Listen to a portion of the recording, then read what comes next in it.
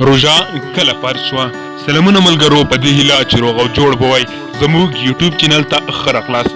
روژه له اوږدې مودې راهیسې په کلتورونو او مذهبونو کې د روحاني پاکوالي د عمل په توګه درناوی کیږي. د هغې ریښې بیرته پخوانیو تمدنونو ته ځي چیرې چې د خوړو او څښاک څخه ډډه کول د بدن او ذهن روح پاکول وسیله ګڼل کېده. په دې ویډیو کې موږ د روژې بډایه تاریخ ته ګورو، د هغې اصلیت، تکامل او اهمیت سپړو.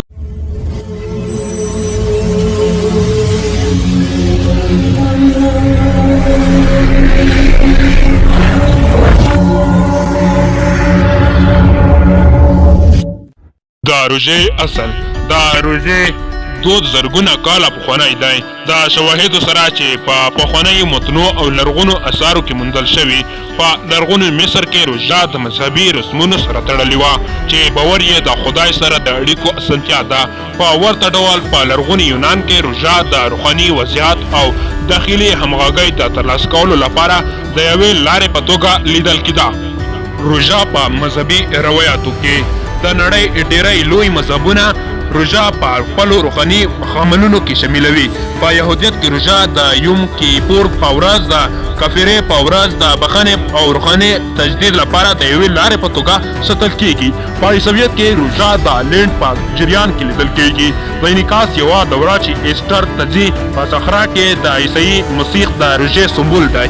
روژه په اسلام کې د روژې په مبارکه میاشت کې ځانګړی اهمیت لري. مسلمانان له سهار څخه تر لمر لوېدو پورې روژه نیسي. د خوړو، څښاک او نورو فزیکي اړتیاو څخه د ځان د نظم، عقیدې او خواخوږۍ د ښودلو په توګه ډډه کوي. روژه نه یوازې د دنیوي لذتونو څخه د ځان ساتلو وخت دی، بلکې د لمانځه، فکر کولو او د خیراتو د زیاتوالو وخت دی. د روژې ثوابونه. د روژې اجرونه د فزیکي سخي څخه بهر پراخیږي. روحاني، رواني او احساساتي ګټې پکې شاملې دي. روژه اشخاصو ته اجازه ورکوي چې د ځان انضباط وده وکړي، د دوی اراده پیاوړې کړي او د دوی د باور سره ژوره اړیکه رامنځته کړي.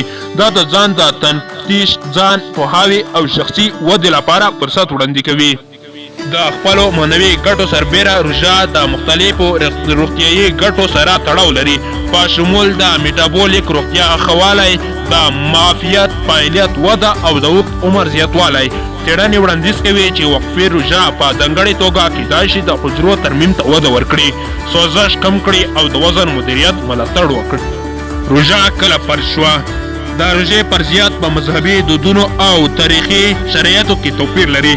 په یهودیت کې روژه د کفرې د ورځې په تاسیس سره فرض شوه، لکه څنګه چې په تورات کې بیان شوي. په عیسویت کې د روژې تمرین د کلیسا په لومړیو پیړیو کې رسمي شوه، چې لینټ د روژې او توبې د دورې په توګه راڅرګند شو. په اسلام کې د روژې په میاشت کې د روژې فرضیت او د اسلامي قمري کال په دوهم کال کې رامنځته شو. له مکې څخه مدینې ته د پیغمبر محمد صلی الله علیه وسلم له هجرت وروسته قرآني آیاتونه چې د روژې په میاشت کې د روژې نیولو امر کوي د هغې معنوي اهمیت او د ځان د نظم، صداقت او خواخوږۍ په اهمیت ټینګار کوي. روژې د تکامل سپړنه. د تاریخ په اوږدو کې روژه د کلتوري، ټولنیزو او مذهبي منظرو د بدلون په غبرګون کې وده کړې. په پخوانیو وختونو کې روژه اکثره د تېرېدو موسمي لیږدونو او کرنې دورې سره تړلې وه. لکه څنګه چې ټولنو پیچلي مذهبي سیسټمونه رامنځته کړل، روژه په مذهبي عملونو کې بنسټیز شوه. د تقوا د ښودلو، د الهي رضا په لټه کې او روحاني روښانتیا ترلاسه کولو لپاره د یوې لارې په توګه خدمت کوي. د روژې تمرین هم د بیا ژوندي کولو او بیا تفسیر دورې سره مخ شو. د منځنیو پیړیو په جریان کې خانقاه ټولنو د روحاني پاکوالي او منستیزم د وسیلې په توګه د روژې په وده کې هم مهم رول لوبولی. راهبانو او رهبرانو د روژې نیولو سخت رژیمونو ته غاړه کېښوده. د غوښې، لبنیاتو او نورو غشیاتو څخه د ځان انکار او خدای ته د عقیدې په توګه ډډه کوله. په عصري وختونو کې روژه په شهرت کې د بیا ژوندي کېدو تجربه کړه چې د ساینسي څېړنو، روغتیا، رجحانات او روحاني حرکتونو لخوا پر مخ وړل کېږي. وقفي روژه په ځانګړې توګه د وزن کمولو، د میټابولیک روغتیا ښه والی او ادراکي فعالیت په شمول د هغې د ټاکل شوي روغتیا ګټو لپاره جذب ترلاسه کړئ. په داسې حال کې چې ځینې یې د فزیکي ګټو لپاره روژه نیسي، نور یې د هغه معنوي اړخونو ته متوجه دي چې د روژې معنا، پیوستون او لید په لټه کې دي. روژه په معاصره ټولنه کې نن ورځ روژه په مختلفو بڼو او شرایطو کې ښکاره کیږي. د معاصرې ټولنې څو اړخیز طبیعت منعکس کوي. د مذهبي مراسمو هاخوا روژه د ژوند طرز انتخاب، د ځان پاملرنې یوه بڼه او د هولیسټیک هوساینې لپاره د یوې لارې په توګه منل کیږي. د جوس پاکولو څخه ډیجیټل ډیټوکسونو ته افرادو د دوی ځانګړې اړتیاوو په باورونو او اهدافو سره سم د روژې په تمرینونو کې بوخت دي. سربیره پردې روژه په طبي، اخلاقي او مذهبي خلقو کې خبرې اترې او بحثونه راپورولي دي. د اوږدې روژې د احتمالي خطرونو او ګټو په اړه پوښتنې راپورته کیږي. د حیواناتو پر بنسټ د روژې اخلاقي اغیزې او د ټولنیز عدالت او چاپیریال په یخ مسلو سره د روژې تقاطع، لکه څنګه چې ټولنه د دې پیچلو مسلو سره لاس او ګریوان ده. د روژې جوهر د ځان د نظم، اعتدال او ذهنیت په بنسټیزو اصولو کې ریښې لري. که څه هم د مذهبي روغتیا یا شخصي دلایلو لپاره تمرین کیږي، روژه د انسان لیوالتیا او روحاني هیلې او په تلپاتې بدلیدونکې نړۍ کې د معنی او هدف لپاره دوامداره لټون د قوي سمبول په توګه کار کوي. د روژې راتلونکی مخ ته په کتلو سره روژه د مخ پر ودې، تمایلاتو، ټکنالوژیو او ټولنیزو اړتیاو په جواب کې د نورو تکامل او نوښت څخه د تېرېدو لپاره چمتو ده. لکه څنګه چې ساینسي څېړنې د روژې د روغتیا ګټو څرګندولو ته دوام ورکوي، موږ تمه کولی شو نوي بدلونونه او پروتوکولونه وګورو چې د انفرادي غوړتوبونو او میټابولیک پروفایلونو سره سمون لري.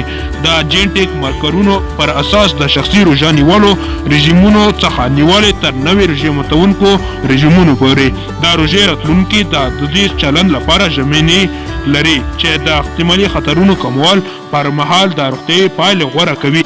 سربیره پردې لکه څنګه چې د چاپیریال مسلو په اړه نړیوال پوهاوی وده کوي، روژه ممکن د دوامداره ژوند طرز انتخاب په توګه نوی اهمیت ترلاسه کړي.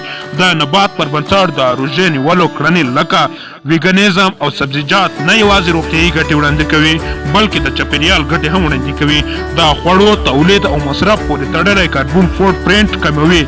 د ډیجیټل وسایلو او ټولنیزو رسنیو څخه روژه نیول چې د ډیجیټل ډیټوکسینګ په نوم پیژندل کیږي، کیدای شي چټکتیا هم ترلاسه کړي، ځکه چې افراد غواړي خپل وخت، پام او ذهني هوساینه په مخ په زیاتېدونکې تړلې نړۍ کې بیرته ترلاسه کړي.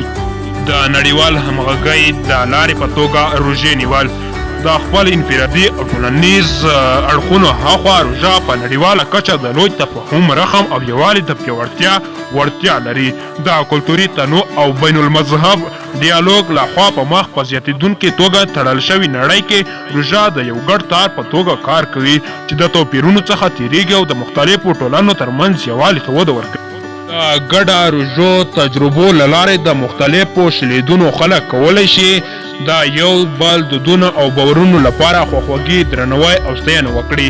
بین المذهب نوښتونه چې د ټولنې روژه پیښو ته وده ورکوي، بین المللي کلتوري تبدیلي او د همکارۍ خدماتو پروژې کولی شي ویش پلي کړي او متقابل تفاهم ته وده ورکړي، د لا همغږۍ او ټول شموله ټولنې لپاره لاره هواره کړي.